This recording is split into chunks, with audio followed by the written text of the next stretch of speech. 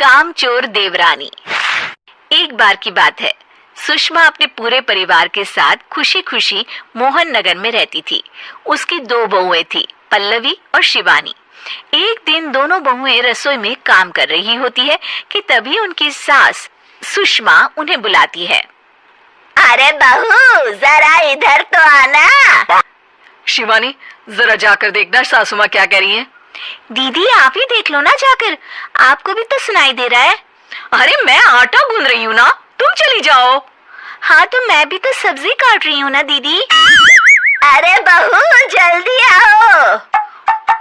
ओफो, ये तो जाएगी नहीं, मैं ही जाकर देखती हूँ कि क्या करना है।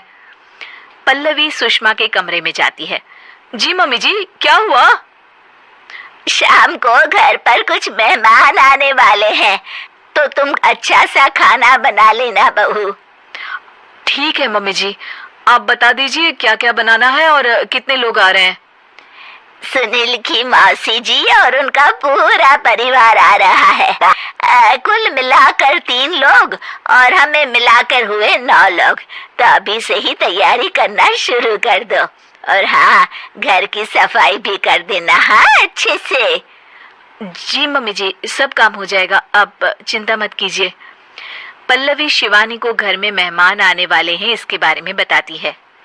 क्या 9 लोगों का खाना बनाना होगा, घर की सफाई करनी है? बाप रे, सासू माँ ने तो हमें घर की नौकरानी ही समझ कर रखा है।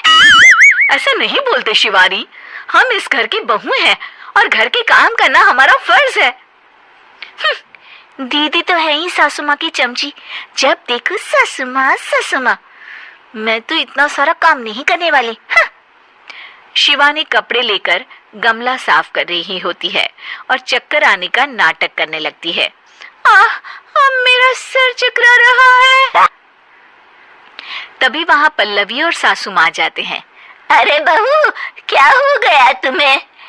मम्मी जी, बहुत तेज सर में दर्द हो रहा है।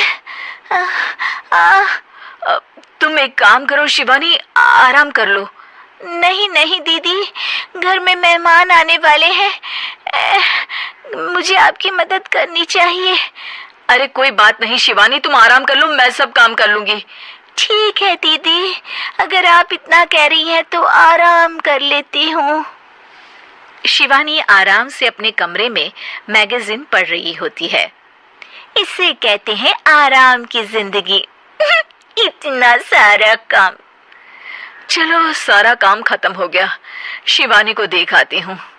शिवानी अपने कमरे में ईयरफोन में गाने सुनते सुनते सो जाती है और उसके साइड में मैगजीन भी रखी होती है। पल्लवी वहां आ जाती है और वो सब देखती है। ओहो, तो मतलब सब काम चोरी का बहाना था।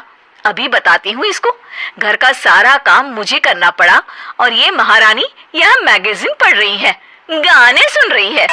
पल्लवी रसोई से एक प्लेट और चम्मच लेकर आती है और शिवानी को थाली बजाकर उठाने लगती है।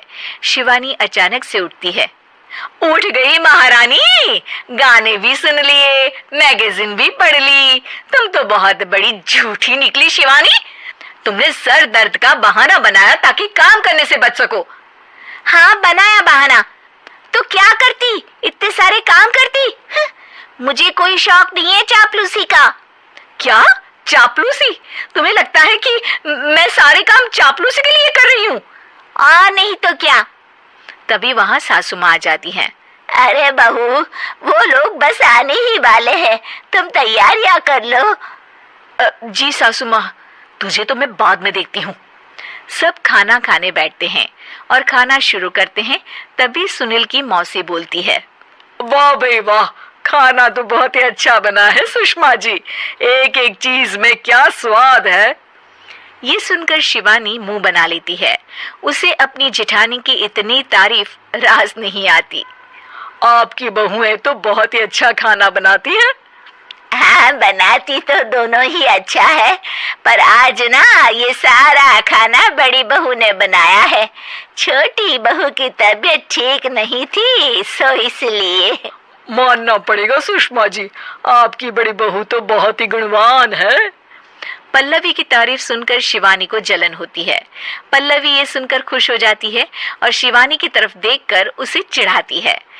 कुछ देर बाद मेहमानों के जाने का वक्त हो जाता है। मौसी जी सबके लिए उपहार लाई होती है। वो सबको शगुन के पैसे देती हैं और अंत में पल्लवी के पास आती है। तुम्हारे लिए शगुन का लिफाफा तो है ही, पर बहू तुम्हें एक और उपहार भी मिलेगा इतना अच्छा खाना बनाने के लिए। मौसी अपने सोने के कंगन निकालकर पल्लवी को पहना देती है। ये लो, ये मेरे मनपसंद कंगन है, अब से ये तुम्हारे हुए। धन्यवाद मौसी जी। ये देखकर शिवानी तो पूरी तरह से जल जाती है और गुस्से से रसोई में चली जाती है। तभी वहां पल्लवी आ जाती है और उसे अपने कंगन दिखाने लगती है। देवरानी जी, अब आपका सर दर्द ठीक तो है ना? मुझे लगता है कि अब सर दर्द शुरू हो गया होगा आपका।